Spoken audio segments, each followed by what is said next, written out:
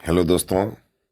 Eight India जो से आशीष त्रिपाठी आपका स्वागत करता है। ज़िंदगी किसी भी इंसान की हो, एक मशीन की तरह बन गई है। हम जिसको देखते हैं लगता है कि सामने वाला खुश होगा, मेरी ज़िंदगी ख़राब है। वो सोचता है दूसरा खुश होगा।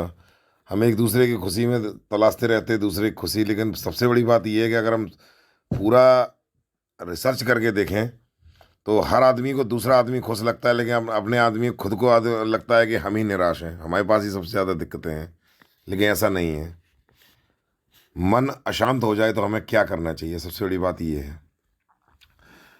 आखिर सबसे पहले तो ये देखना चाहिए कि आखिर मेरा मन अशांत क्यों है। किसी अफवाह की वजह से, किसी निगेटिव सोच की वजह से, किसी खबरों की वजह से।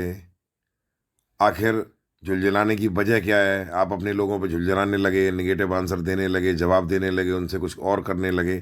तो सबसे पहले हमें अपनी वजह खोजनी चाहिए।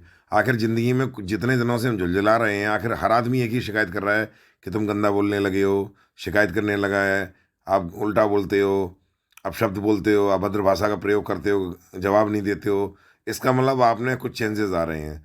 और किसी भी चीज़ को अपनी आदत बनने में कम से कम 40 दिन का टाइम लगता है। तो इसका मतलब पिछले लास्ट 40 दिनों से कुछ हम ऐसा कर रहे हैं जो हमें नहीं करना चाहिए था।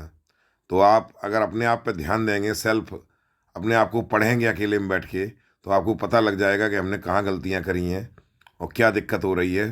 तो आप जब तक आप अपने आप को नहीं पढ़ पाएंगे, कोई भी आपको नहीं पढ़ पाएगा, कोई भी दवा काम नहीं करेगी।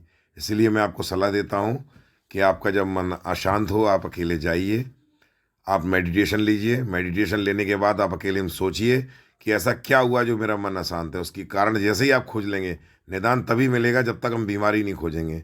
बीमारी खोजने के बाद ही उस बीमारी का निदान हम खोज सकते हैं। उसके बाद उसकी खोजने के बाद उसका अगला जो स्टेप होता है, उसमें हम ये देखेंगे कि इसका उपाय क्या है। आखिर हम अपने आप को दोबारा वैसी पोजीशन में वापस कैसे लाएंगे। तो ये मेरी